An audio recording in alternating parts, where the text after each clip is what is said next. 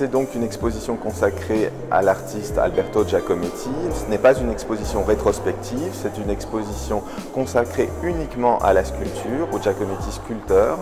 Et l'intérêt de cette exposition, c'est de voir que Giacometti n'a pas une pratique de la sculpture linéaire comme d'autres artistes, mais qu'il balance entre une pratique relativement traditionnelle et académique et une pratique en lien avec les avant-gardes les plus importantes de l'époque, d'où la présence de nombreux autres artistes dans cette exposition, de nombreux autres sculpteurs qui ont pu l'influencer, notamment dans sa période de formation au début des années 20, années 30. Toutes les œuvres de Giacometti sont absolument fantastiques. On a un peu tendance à ne penser qu'à L'Homme qui marche, mais L'Homme qui marche est effectivement une œuvre qui apparaît dans la seconde partie de sa carrière.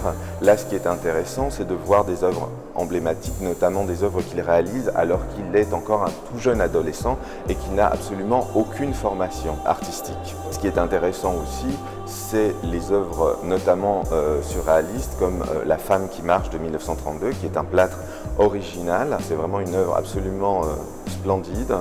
Vous avez également une grande femme en plâtre peint qui, de par sa fragilité, voyage relativement peu.